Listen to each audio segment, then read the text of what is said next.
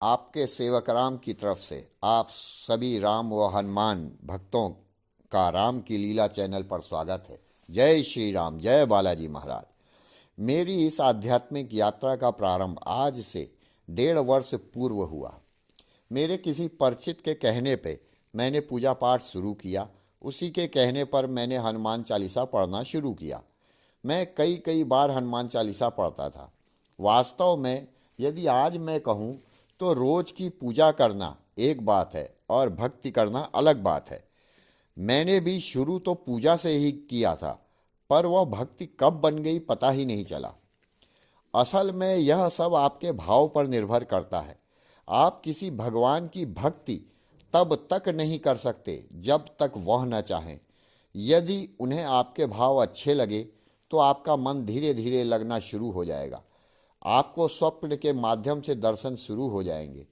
जब मैंने पूजा शुरू की उस समय तो मेरा मन बिल्कुल भी नहीं लगता था, फिर भी मैं जबरदस्ती पूजा किया करता था। पूजा के समय मन इधर उधर भागता रहता था। धीरे धीरे एक समय आया जब मन स्थिर होना शुरू हो गया और पूजा में लगने लगा। यह वक्त आने में करीब 1 से 1.5 महीने लग गए। अब मैं खूब चालीसा पढ़ने लगा।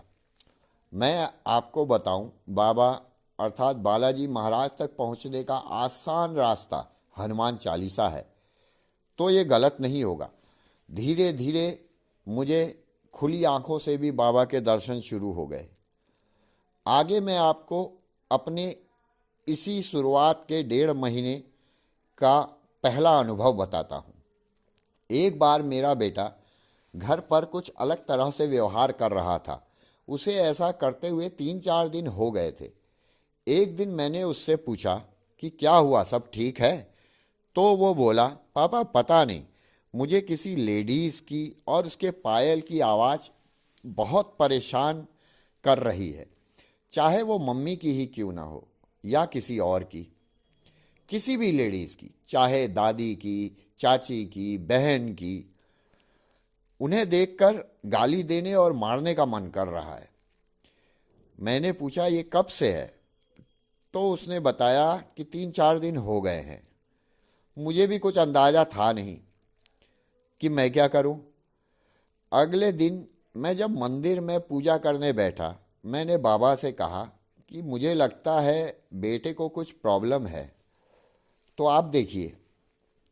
फिर मैं आंखें बंद कर राम राम का ध्यान करने लगा तो मुझे कुछ समय पश्चात एक बूढ़ी औरत दिखाई दी जिसने मेरे बेटे को 2 बार क्रॉस किया, वहीं घर के बगल की रोड में। और उसी के बाद से मेरे बेटे को कुछ हो गया। पूजा के तुरंत बाद मैंने अपने बेटे को बुलाया और उससे कन्फर्म किया। उसने भी बताया कि हाँ ऐसा ही हुआ था और वो औरत हमारे मोहल्ले में कभी नहीं देखी गई थी। फिर मैंने बाबा से प्रार्थना की कि वह मेरे बेटे को ठीक करे और वो नॉर्मल हो गया। उसी शाम को मेरा बेटा अपने कुत्ते को लेकर घुमाने जा रहा था हमेशा की तरह।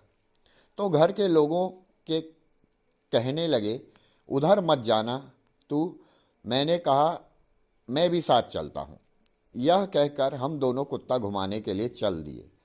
मैं अपने बेटे से करीब 10 कदम दूर पीछे चल रहा था। थोड़ी दूर जाने पर मुझे इन्वायरमेंट में बदलाव महसूस होने लगा। मेरे शरीर के रोंगटे खड़े होने लगे। असल में मुझे उस नेगेटिव शक्ति की उपस्थिति का साफ साफ आभास हो रहा था। मैंने तुरंत आगे बढ़कर अपने बेटे को वापस मुड़ने को कहा और खुद आगे आकर उसके सामने खड़ा हो गया। उस समय मुझे जो डर का एहसास हो रहा था वो मैं आपको बता नहीं सकता। मैंने जय श्री राम, जय बालाजी महाराज का जयकारा लगाया और हनुमान चालीसा पढ़ने लगा। डर से मेरा बुरा हाल था, पर संयमित होकर मैं हनुमान चालीसा पढ़ता रहा। थोड़ी देर में वातावरण नॉर्मल होने लगा। जो कि नेगेटिव शक्ति वहाँ थी वो हट चुकी थी। मैंने सोचा चालीसा पढ़ते पढ़ते जल्दी से घर चला जाता हूँ। बेटा घर जा चुका था। यह सोचकर मैं मुड़ा और चालीसा पढ़ता रहा। कुछ कदम चला ही था कि चालीसा खत्म हो गई। मैं जल्दी जल्दी घर की तरफ चल रहा था।